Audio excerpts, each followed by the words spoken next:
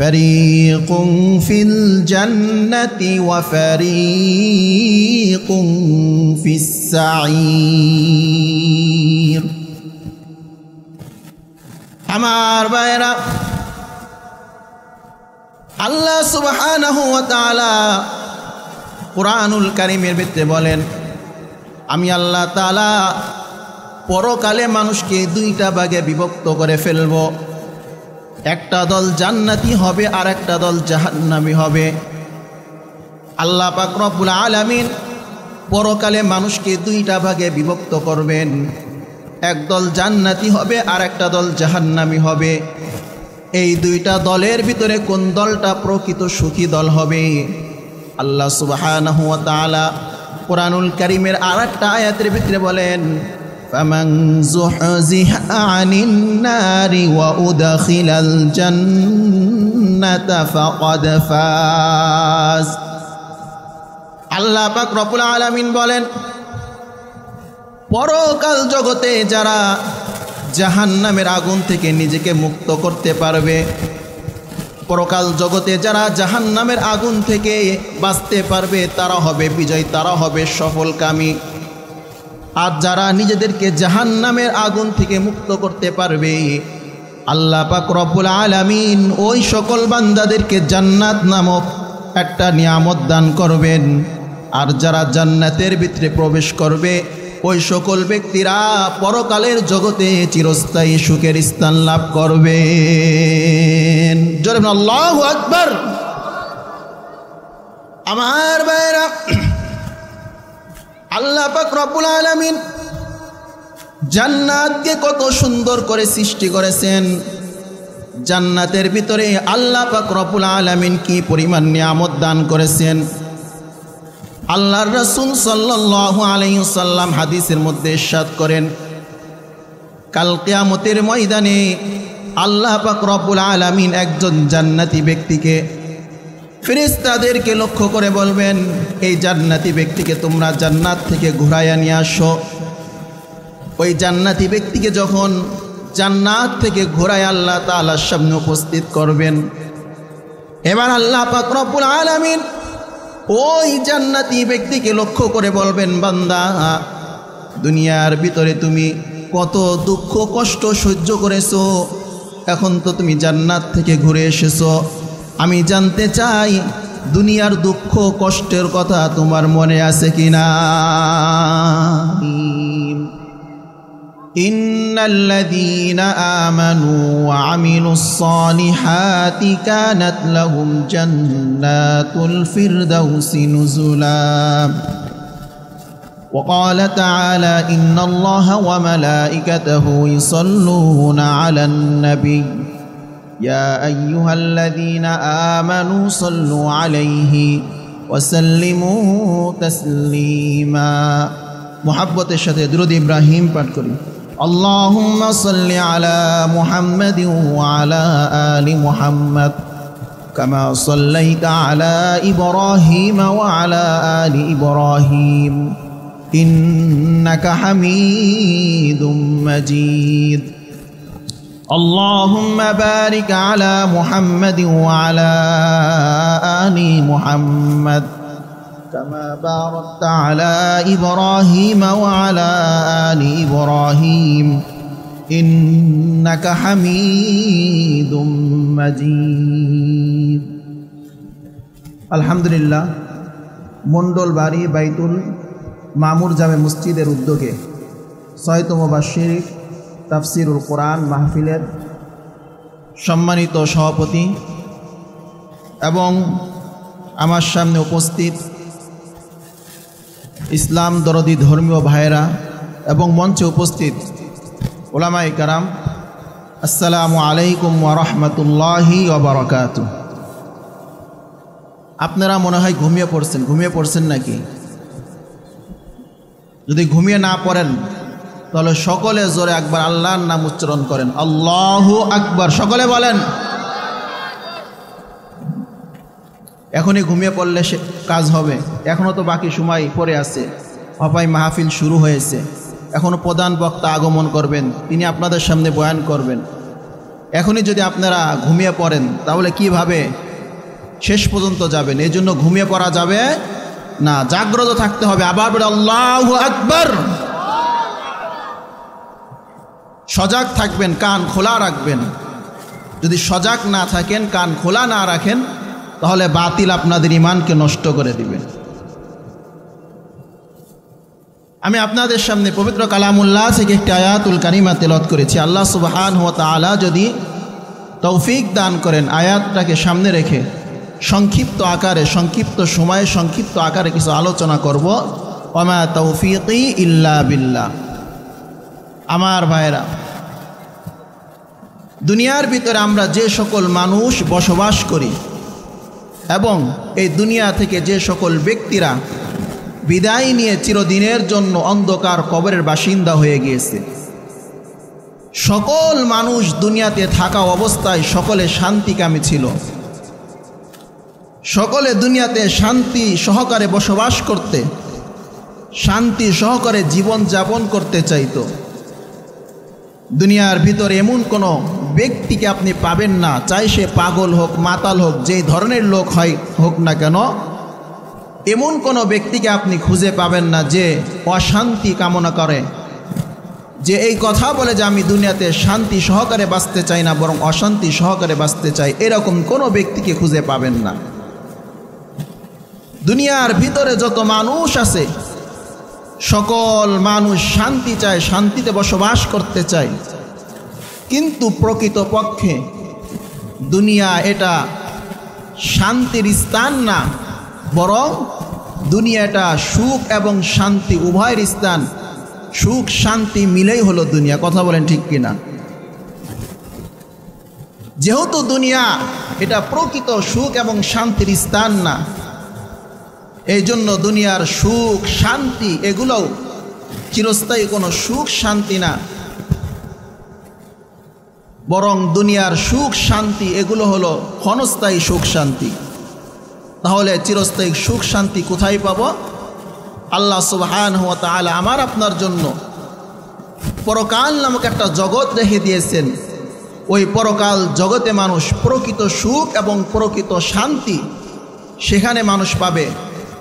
দুনিয়ার ভিতরে মানুষ কখনো সুখে থাকে, কখনো দুঃখে থাকে, কিন্তু পরকালের ভিতরে মানুষ দুইটা দলে বিভক্ত হবে। একটা সুখী দল হবে আর একটা দুঃখী দল হবে। কুরআনুল কারীমের ভিতরে আল্লাহ সুবহানাহু ওয়া তাআলা বলেন, ফারীকুন ফিল জান্নাতি ওয়া ফারীকুন ফিস সাঈর। আমার ভাইরা, আল্লাহ সুবহানাহু ওয়া তাআলা কুরআনুল কারীমের ভিতরে বলেন, আমি আল্লাহ তাআলা পরকালে মানুষকে দুইটা ভাগে বিভক্ত করে ফেলব। একটা দল জান্নাতি হবে আর একটা দল জাহান্নামী হবে। আল্লাহ পাক রব্বুল আলামিন পরকালে মানুষকে দুইটা ভাগে বিভক্ত করবেন। একদল জান্নাতি হবে আর একটা দল জাহান্নামী হবে। এই দুইটা দলের ভিতরে কোন দলটা প্রকৃত সুখী দল হবে? আল্লাহ সুবহানাহু ওয়া তাআলা কুরআনুল কারীমের আরেকটা আয়াতের ভিতরে বলেন, ফামান যুহজিহা আনিন নারি ওয়া উদখিলাল জান্নাতা ফাকাদ ফাজ। আল্লাহ পাক রব্বুল আলামিন বলেন, পরকাল জগতে যারা জাহান্নামের আগুন থেকে নিজেকে মুক্ত করতে পারবে, পরকাল জগতে যারা জাহান্নামের আগুন থেকে বাঁচতে পারবে, তারা হবে বিজয়, তারা হবে সফলকামী। আর যারা নিজেদেরকে জাহান্নামের আগুন থেকে মুক্ত করতে পারবে, আল্লাহ পাক রব্বুল আলামিন ওই সকল বান্দাদেরকে জান্নাত নামক একটা নিয়ামত দান করবেন। আর যারা জান্নাতের ভিতরে প্রবেশ করবে, ওই সকল ব্যক্তিরা পরকালের জগতে চিরস্থায়ী সুখের স্থান লাভ করবেন। জোরে বলুন আল্লাহু আকবার। আমার ভাইরা, আল্লাহ পাক রব্বুল আলামিন জান্নাতকে কত সুন্দর করে সৃষ্টি করেছেন। জান্নাতের ভিতরে আল্লাহ পাক রব্বুল আলামিন কি পরিমাণ নিয়ামত দান করেছেন। আল্লাহর রাসূল সাল্লাল্লাহু আলাইহি ওয়াসাল্লাম হাদিসের মধ্যে ইরশাদ করেন, কাল কিয়ামতের ময়দানে আল্লাহ পাক রব্বুল আলামিন একজন জান্নাতি ব্যক্তিকে ফেরেশতাদেরকে লক্ষ্য করে বলবেন, এই জান্নাতি ব্যক্তিকে তোমরা জান্নাত থেকে ঘুরাইয়া নিয়ে আসো। ওই জান্নাতি ব্যক্তিকে যখন জান্নাত থেকে ঘুরায় আল্লাহ তাআলার সামনে উপস্থিত করবেন, এবার আল্লাহ পাক রব্বুল আলামিন ওই জান্নাতি ব্যক্তিকে লক্ষ্য করে বলবেন, বান্দা, দুনিয়ার ভিতরে তুমি কত দুঃখ কষ্ট সহ্য করেছো, এখন তো তুমি জান্নাত থেকে ঘুরে এসেছো। আমি জানতে চাই দুনিয়ার দুঃখ কষ্টের কথা তোমার মনে আছে কিনা? জান্নাত থেকে তো ঘুরে এসেছো, এখন দুনিয়ার দুঃখ কষ্ট এর কথা তোমার মনে আছে কিনা? ঈমানদার বান্দা আল্লাহ পাক রব্বুল আলামিনকে লক্ষ্য করে বলবেন, রব্বুল আলামিন, জান্নাতের ভিতরে যখন আমি প্রবেশ করলাম, জান্নাতের নিয়ামতসমূহ যখন আমি উপভোগ করলাম, দেখলাম, জান্নাতে যাওয়ার পর দুনিয়ার ভিতরে যে আমি কষ্ট করেছি ওই কষ্টের কথা আমি ভুলে গিয়েছি। জান্নাতে প্রবেশ করার পর দুনিয়ার কষ্টের কথা আমার আর মনে নাই। তো মুমিন বান্দা যখন জান্নাতের ভিতরে প্রবেশ করবে, জান্নাত থেকে যখন আল্লাহ তাআলা জান্নাতের ভিতরে প্রবেশ করাবেন, তখন ওই জান্নাতি ব্যক্তি দুনিয়ার সকল কষ্টের কথা ভুলে যাবে। এত সুখ শান্তি আল্লাহ পাক রব্বুল আলামিন জান্নাতের ভিতরে রেখে দিয়েছেন। আবার আল্লাহ পাক রব্বুল আলামিন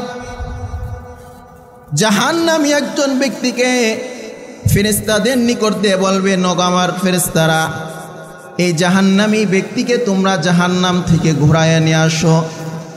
জাহান্নাম থেকে ঘুরায় নিয়ে আসার পর আল্লাহ পাক রব্বুল আলামিন জাহান্নামীকে লক্ষ্য করে বলবে, নগো আমার বান্দা, তুমি তো দুনিয়ার ভিতরে আরাম আয়েশের ভিতরে বসবাস করেছো, এখন আমি তোমার নিকট জানতে চাই, তুমি যে জাহান্নামের ভিতরে প্রবেশ করেছিলে, এখন কি তোমার দুনিয়ার আরাম আয়েশের কথা মনে আছে কিনা?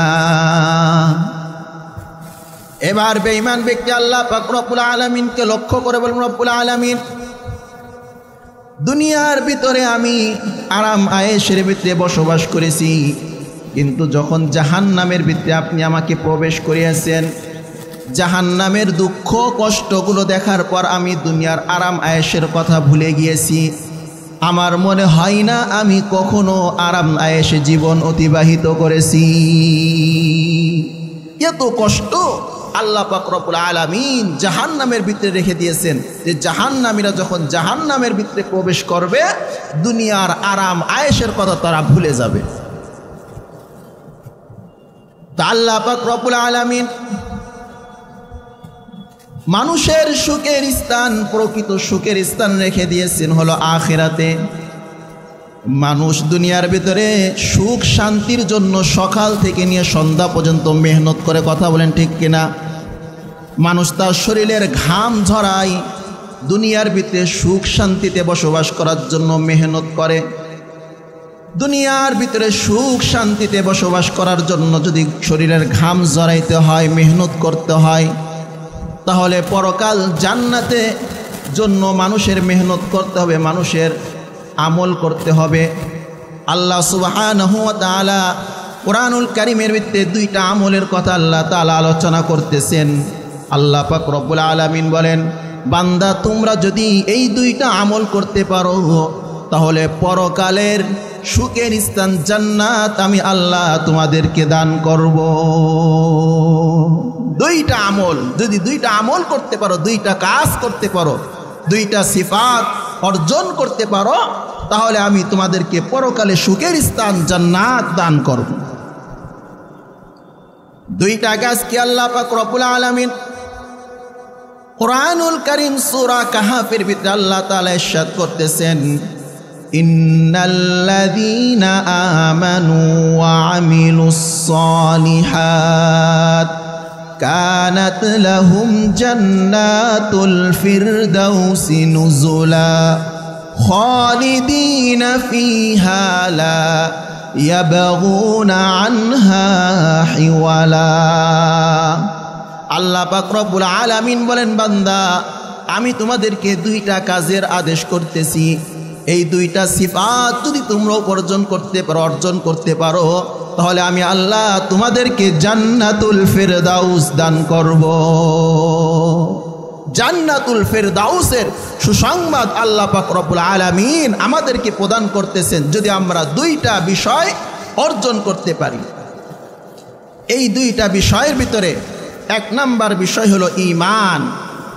আল্লাহ পাক রব্বুল আলামিনের প্রতি কোনো ব্যক্তি যদি ঈমান বিশ্বাস রাখতে পারে, ঈমান আনতে পারে, তাহলে আল্লাহ পাক রব্বুল আলামিন তাকে জান্নাত নামক নিয়ামত আল্লাহ তাআলা তাকে দান করবেন। ঈমান কাকে বলা হয়? ঈমান হলো আল্লাহর প্রতি বিশ্বাস স্থাপন করা, রাসূল আকরাম সাল্লাল্লাহু আলাইহি সাল্লামদের প্রতি বিশ্বাস স্থাপন করা, কিয়ামতের প্রতি বিশ্বাস স্থাপন করা, পূর্বে জামানার যত কিতাব আল্লাহ তাআলা নাজিল করেছেন সকল আসমানি কিতাবের প্রতি বিশ্বাস স্থাপন করা, ভালো মন্দ সব কিছু আল্লাহ তাআলার পক্ষ থেকে হয়, এই সকল বিষয়ের প্রতি বিশ্বাস স্থাপন করা। কোনো বান্দা যদি এই সকল বিষয়ের উপর ঈমান আনতে পারে, আল্লাহ সুবহানাহু ওয়া তাআলা বলেন, বান্দা আমি তোমাকে জান্নাত নামক নিয়ামত আমি আল্লাহ তোমাকে দান করব।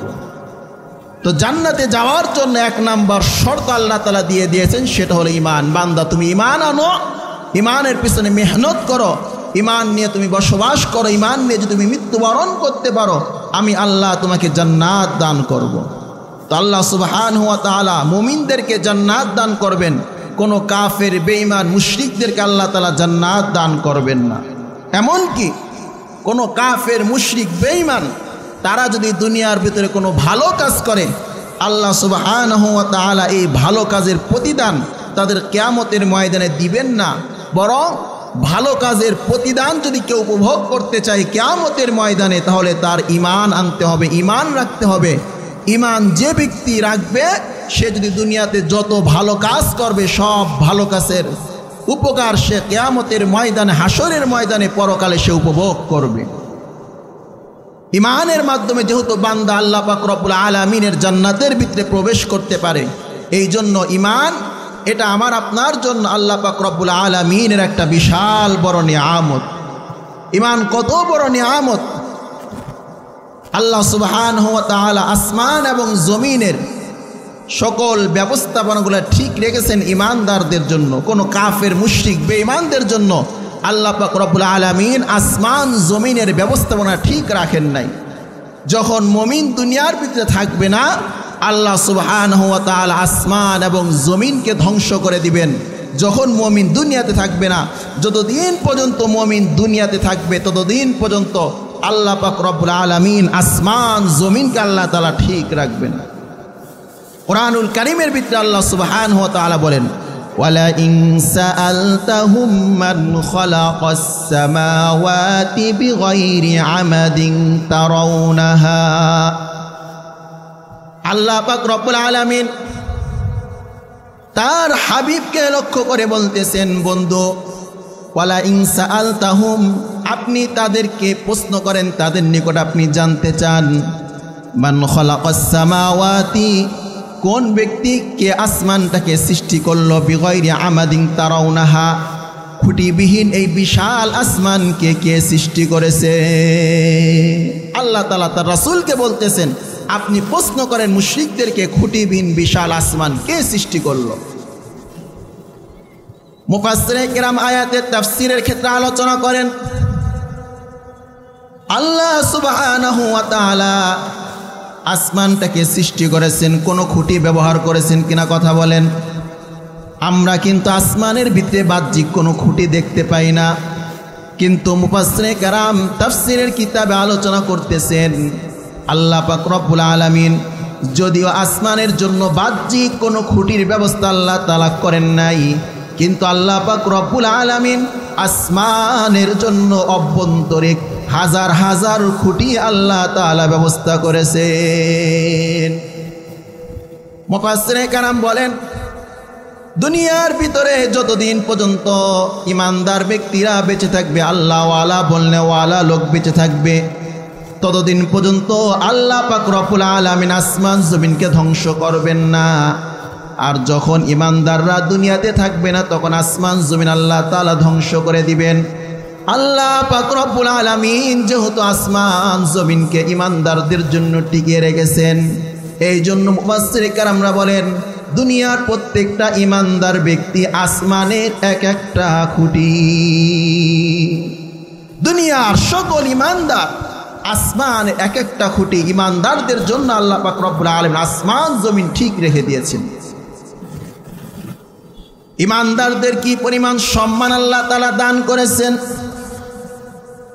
একজন ইমানদারের যেই পরিমাণ সম্মান আল্লাহ তাআলার দরবারে আছে, খানা কাবা বাইতুল্লাহর সেই পরিমাণ সম্মান আল্লাহ তাআলার দরবারে নাই। রাসূল আকরাম সাল্লাল্লাহু আলাইহি সাল্লামের বিশিষ্ট সাহাবী হযরত আব্দুল্লাহ ইবনে ওমর রাদিয়াল্লাহু তাআলা আনহু খানায় কাবার সামনে বসে আছেন। যে খানায় কাবা বাইতুল্লাহর মর্যাদা গুরুত্ব সম্পর্কে আল্লাহ পাক রব্বুল আলামিন কোরআনে আলোচনা করেছেন। আল্লাহ রাসূল সাল্লাল্লাহু আলাইহি সাল্লাম যে কাবার গুরুত্ব সম্পর্কে হাদিসের ভিতরে আলোচনা করেছেন। আল্লাহ পাক রব্বুল আলামিন খানায় কাবাকে জমিনের মধ্যবর্তী স্থানে আল্লাহ তাআলা সৃষ্টি করেছেন। জমিনের মধ্যবর্তী স্থানে খানায় কাবাকে আল্লাহ তাআলা সৃষ্টি করেছেন। এই খানায় কাবা হলো ওই ঘর, যেই ঘরকে আল্লাহ পাক রব্বুল আলামিন জমিনের ভিতরে সর্বপ্রথম সৃষ্টি করেছেন। আল্লাহ পাক রব্বুল আলামিন কোরআনুল কারীমের ভিতরে বলেন, ইন্না আউওয়ালা বাইতিন উদিআ লিন-নাস লাল্লাযী বিবাক্কাতা মুবারাকাও ওয়া হুদাল লিল আলামিন। আল্লাহ পাক রব্বুল আলামিন বলেন, বাক্কা নামক শহর, কোরআনুল কারীমের ভিতরে মক্কাকে বাক্কা নামক শহর হিসেবে আখ্যায়িত করা হয়েছে। আল্লাহ পাক রব্বুল আলামিন বলেন, আমি আল্লাহ বাক্কা নামক শহরের ভিতরে খানায় কাবা বাইতুল্লাহকে আমি আল্লাহ তাআলা সৃষ্টি করেছি। এই বাইতুল্লাহর ভিতরে আমি আল্লাহ তাআলা অনেক বরকত রেখে দিয়েছি, অনেক ফজিলত রেখে দিয়েছি। বাইতুল্লাহর ভিতরে আল্লাহ পাক রব্বুল আলামিন কি পরিমাণ ফজিলত বরকত রেখে দিয়েছেন। আল্লাহ রাসূল সাল্লাল্লাহু আলাইহি ওয়াসাল্লাম হাদিসে পাকের ভিতরে ইরশাদ করেন, আল্লাহ পাক রব্বুল আলামিন প্রত্যেকটা দিন খানায় কাবা বাইতুল্লাহর উপরে 120টা করে রহমত বর্ষণ করে। যে সকল ব্যক্তিরা খানায় কাবা বাইতুল্লাহকে তওয়াফ করে আল্লাহ পাক রব্বুল আলামিন তাদের উপর 60টা রহমত নাজিল করেন। যারা খানায় কাবা বাইতুল্লাহর বদলে নামাজ আদায় করে আল্লাহ পাক রব্বুল আলামিন তাদের উপরে 40টা রহমত নাজিল করেন। আর যে সকল বান্দারা খানায় কাবাকে শুধু দেখে, বাইতুল্লাহকে তওয়াফও করতেছে না, বাইতুল্লাহর ভিতরে নামাজও আদায় করতেছে না, খানায় কাবার সামনে বসে বসে শুধু খানায় কাবাকে দেখতেছে, আল্লাহ রাসূল বলেন ওই ব্যক্তিদের উপরে আল্লাহ পাক রব্বুল আলামিন 20টা রহমত নাজিল করেন। আল্লাহু আকবার। খানায় কাবার কি পরিমাণ ফজিলত আল্লাহ পাক রব্বুল আলামিন রেখেছেন। আল্লাহ রাসূল সাল্লাল্লাহু আলাইহি ওয়াসাল্লাম বলেন, বান্দা কোনো ব্যক্তি যদি খানায় কাবা বাইতুল্লাহর ভিতরে নামাজ আদায় করে, এক রাকাত নামাজের বিনিময়ে আল্লাহ পাক রব্বুল আলামিন ওই বান্দার আমল নামার ভিতরে 1 লক্ষ নামাজের সওয়াব দান করবে।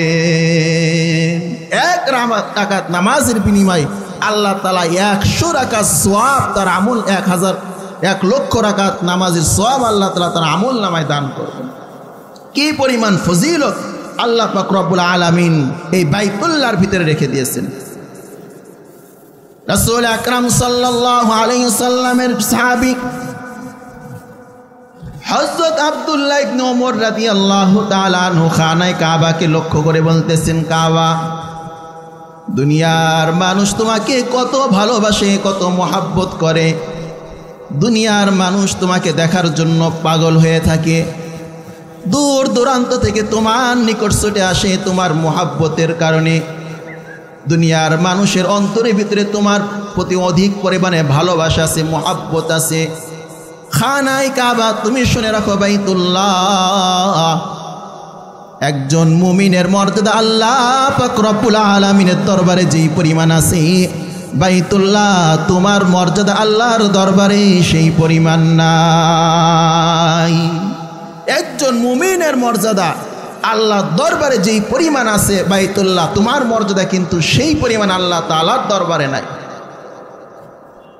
আল্লাহ পাক রব্বুল আলামিন মুমিনকে কি পরিমাণ সম্মান ইজ্জত মর্যাদা আল্লাহ তাআলা দান করেছেন।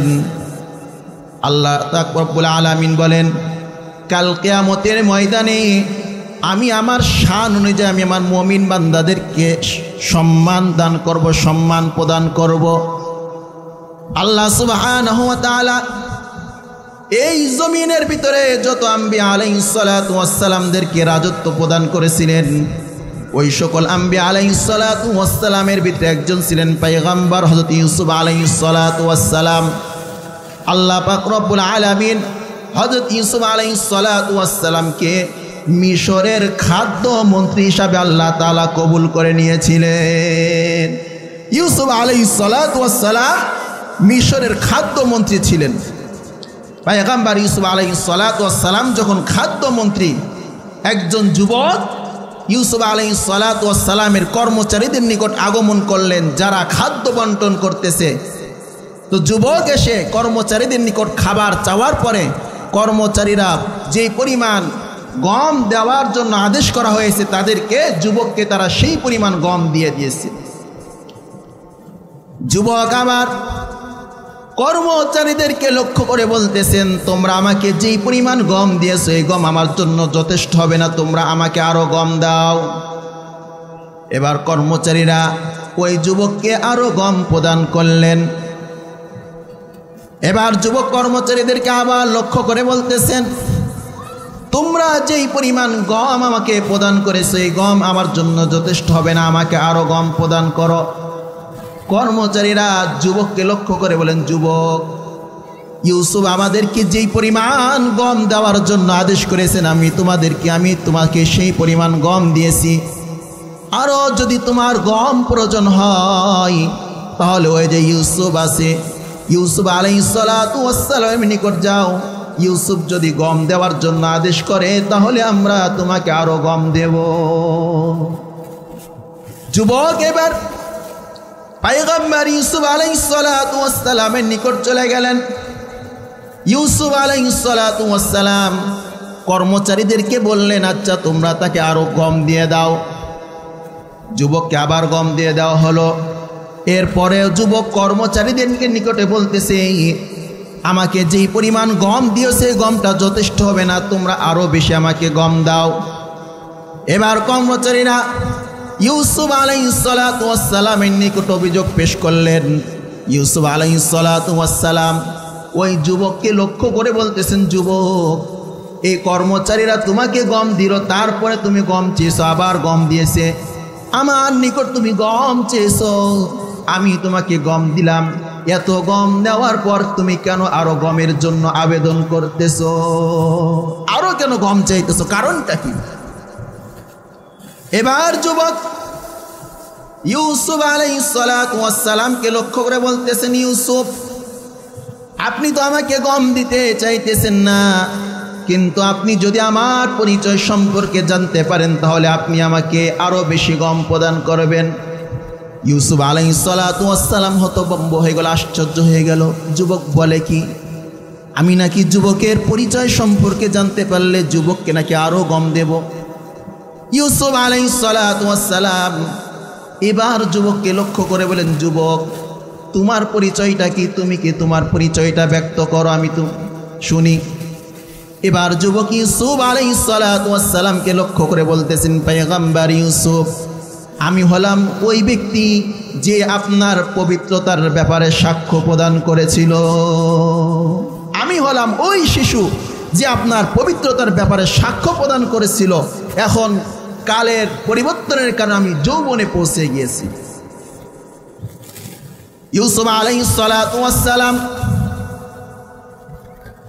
যখন মিশরে অবস্থান করতেছিলেন, যৌবন সময় ইউসুফ আলাইহিস সালাতু ওয়াস সালামের প্রেমে পড়ে গেছিল জুলাইখা।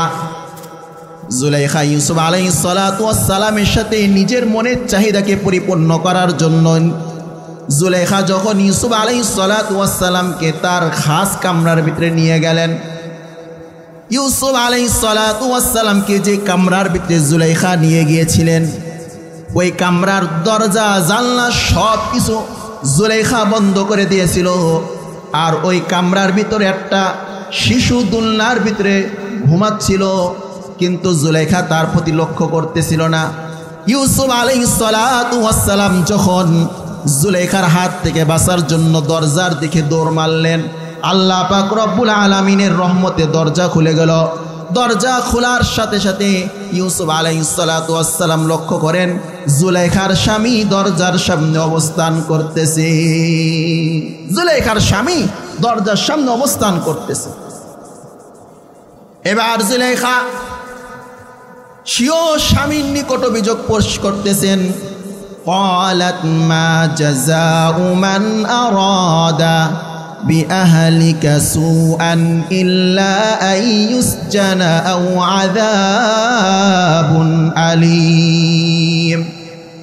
জুলেখা নিজেকে পবিত্রতা দাবি করতেছে, নিজের অপরাধ ইউসুফ আলাইহিস সালাতু ওয়াস সালামের কাঁধে দেওয়ার জন্য স্বামীকে বলতেছেন, স্বামী গো শোনেন, যে ব্যক্তি আপনার পরিবারের সাথে খারাপ আচরণ করতে চায়, কুকর্ম করতে চায়, ওই ব্যক্তিকে তো জেলের ভিতরে বন্দি করা দরকার, অথবা তাকে কঠিন শাস্তি দেওয়া দরকার। জুলেখা নিজের পবিত্রতা নিজের স্বামীর সামনে পেশ করতেছেন, আর এইদিকে ইউসুফ আলাইহিস সালাতু ওয়াস সালামও নিজের পবিত্রতা জুলেখার স্বামীর নিকট পেশ করতেছেন। ইউসুফ আলাইহিস সালাতু ওয়াস সালাম বলেন, وراودته التي هو في بيتها عن نفسه। ইউসুফ আলাইহিস সালাতু ওয়াস সালাম বলেন, আমি তো জুলেখাকে আমি খারাপ কাজের প্রতি উৎসাহ প্রদান করতেছি না, বরং জুলেখা আমাকে তার খারাপ কাজের প্রতি উৎসাহ প্রদান করতেছে। জুলেখাই তো আমাকে খারাপ কাজের প্রতি উৎসাহিত করার জন্য চেষ্টা করতেছে, আমি তো জুলেখার সাথে খারাপ কাজ করার জন্য জুলেখাকে উৎসাহ প্রদান করতেছি না। জুলেখার স্বামী চিন্তায় পড়ে গেল কিভাবে মীমাংসা করবেন। ওই যে সন্তান শিশু যে জুলেখার ঘরের ভিতরে দোলনার ভিতরে শোয়া ছিল, আল্লাহ পাক রব্বুল আলামিন ওই শিশুর মাধ্যমে ইউসুফ আলাইহিস সালাতু ওয়াস সালামের পবিত্রতার ঘোষণা দিয়েছেন, সাক্ষ্য প্রদান করেছেন। ওই যুবক ইউসুফ আলাইহিস সালাতু ওয়াস সালামকে বলতেছেন, ইউসুফ, জুলেখা তখন তোমার ব্যাপারে অপবাদ দিতেছিল, তখন তো আমি তোমার ব্যাপারে তোমার পবিত্রতার ব্যাপারে সাক্ষ্য প্রদান করেছিলাম। ইউসুফ আলাইহিস সালাতু ওয়াস সালাম এই কথা শ্রবণ করার পর যুবককে পাজা করে ধরলেন, যুবকের চেহারার মধ্যে চুম্বন করতেছেন, যুবককে সম্মান প্রদান করতেছেন। ইউসুফ আলাইহিস সালাতু ওয়াস সালাম যুবকের প্রয়োজন পরিপূর্ণ করে দিলেন। যুবক ইউসুফ আলাইহিস সালাতু ওয়াস সালামের দরবার থেকে চলে গেল। আল্লাহ পাক রব্বুল আলামিন ইউসুফ আলাইহিস সালাতু ওয়াস সালামকে লক্ষ্য করে বলেন, পয়গম্বর ইউসুফ, এই যুবককে তুমি এত ভালোবাসলে, এত মোহাব্বত করলে, কারণটা কি আমি কি জানতে পারি কিনা? ইউসুফ আলাইহিস সালাতু ওয়াস সালাম বলতেছেন, রব্বুল আলামিন এই যুবক আমার পবিত্রতার ব্যাপারে সাক্ষী দিয়েছিল, এই জন্য যুবককে মোহাব্বত করেছি, ভালোবেসেছি। যুবকের যত প্রয়োজন আসে সব প্রয়োজনগুলো পরিপূর্ণ করে দিলাম।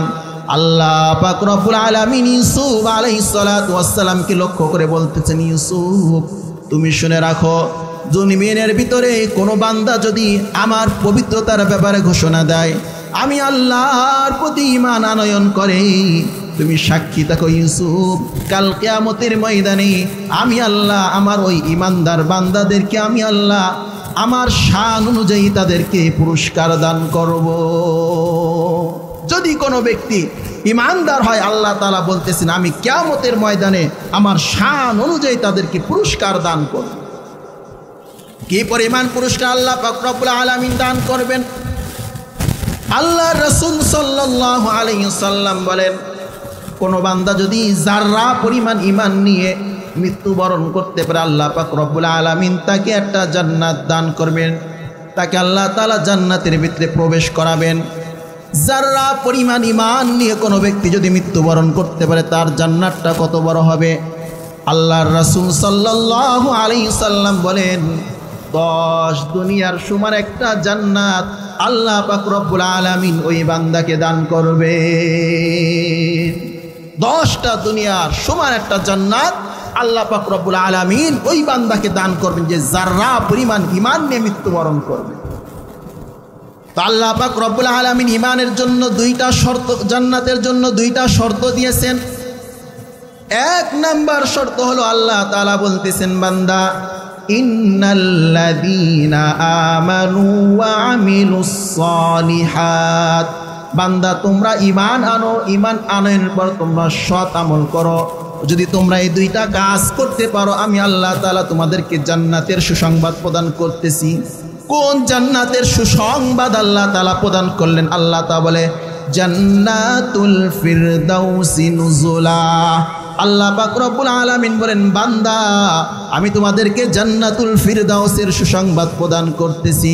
আল্লাহর রাসূল সাল্লাল্লাহু আলাইহি ওয়াসাল্লাম সাহাবায়ে কেরামদেরকে বলতেছেন, ওগো আমার সাহাবারা, তোমরা যখন আল্লাহ পাক রব্বুল আলামিনের দরবারে জান্নাত চাইবা তখন তোমরা আল্লাহ তাআলার দরবারে জান্নাতুল ফিরদাউসটা কামনা করবা।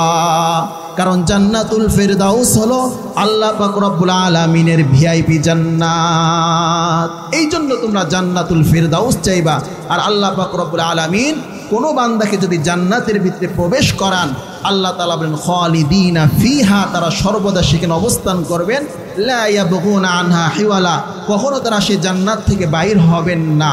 তো আল্লাহ পাক রব্বুল আলামিন আমাদেরকে 2টা আমলের কথা বলেছেন। যদি 2টা আমল করতে পারি, 2টা গুণ আমরা অর্জন করতে পারি, তাহলে আল্লাহ তাআলা আমাদেরকে জান্নাতুল ফিরদাউস দান করবেন। একটা হলো আমল আর একটা হলো ঈমান। যদি আমরা ঈমান নিয়ে মৃত্যুবরণ করতে পারি আর আমাদের যদি আমল থাকে তাহলে আমরা আশা করতে পারি যে আল্লাহ পাক রব্বুল আলামিন আমাদেরকে জান্নাতুল ফিরদাউস দান করবেন। এই জন্য আমরা সকলে দুনিয়ার ভিতরে যতদিন পর্যন্ত বেঁচে থাকবো ঈমানের সাথে বেঁচে থাকার চেষ্টা করব এবং সৎ আমল বেশি বেশি করে করার চেষ্টা করব। আল্লাহ পাক রব্বুল আলামিন আমাদের এই 2টা গুণ অর্জন করার তৌফিক দান করুক। ওয়া আখিরু দাওয়ানা আলহামদুলিল্লাহি রাব্বিল আলামিন।